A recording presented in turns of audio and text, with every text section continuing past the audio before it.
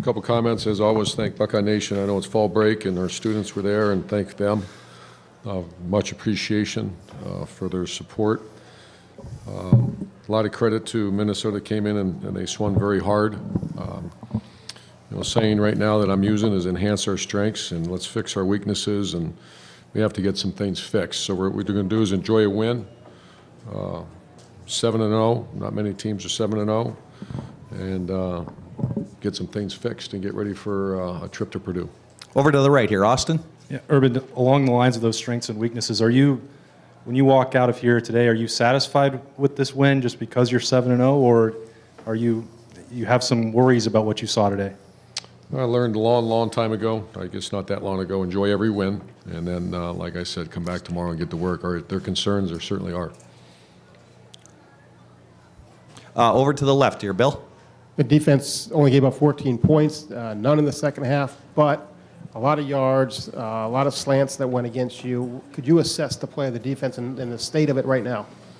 Yeah, I was disappointed in the run. We've been the player, their back had 160 yards rushing against us, and that's not acceptable. And then, like you said, he was only 13 of 23, but I see the same thing, those slants, and we're a team that challenges every throw, and when you get beat, that's a problem. So that's something that is not a strength right now.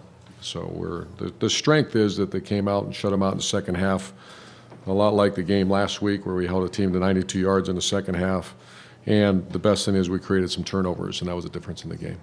Over to the right, Clay. To follow up on that, Coach, in 12, you went over to the defense, made some drastic move. Not suggesting you got to change the middle linebacker, but do you see yourself poking your head in the defensive room being more, or do you do that every week?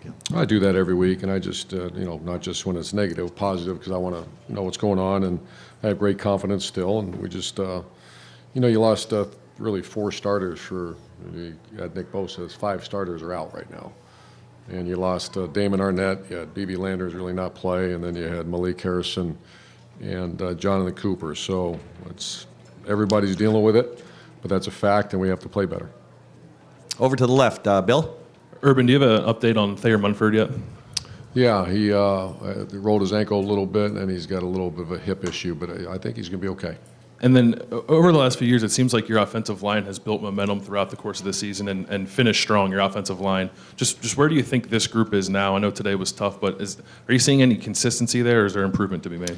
Yeah, I don't know if we played particularly well today. We'll know more after we get the film grade. I'll let you know on Monday how they played, but I saw we gave up 3 sacks, and we have to keep Dwayne upright, and we're not, the short yardage is not a strength. Red zone is not a strength. And running the ball is not a strength, so that's something we got to get figured out. Over to the right, Tim. Yeah, Urban, K.J. Hill's day in a nutshell. I mean, the one-handed catch down the seam for a touchdown, and then the one at the end that pretty much put it away. But just what have you seen from him lately as far as just rising to the occasion?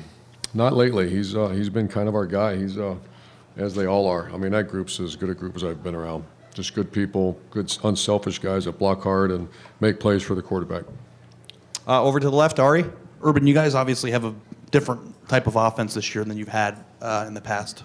But 92 yards rushing, you've mentioned a few times that you think that the rushing isn't a strength right now. How odd is that for you, just in general, considering how much success you've had your entire career with rushing the ball on offense? Someone told me at one point we're like rushed for more yards than any school in the country for the last 6-7 years or something. And it's discouraging a little bit, but once again, 7-0, and we're looking down, we're throwing for 412.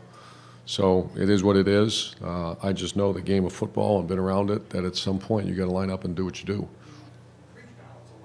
Can this team get where you want to go, throwing for so. 410 yards and rushing for 90?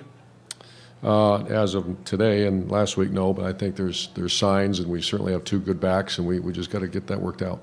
And final question over here to the right, Rob. Urban, when you're a passing team, I mean, that's what you've been the last few weeks. Is there a danger that the offensive linemen are going to pass protect and they're going to lose a little of that blocking edge? Have you seen that in your career? Can that happen? I've seen and heard about it. Obviously, we haven't really witnessed it, and I got to make sure that doesn't happen. We have to continue to have that edge that Ohio State's had for years and years and years, and we've always had.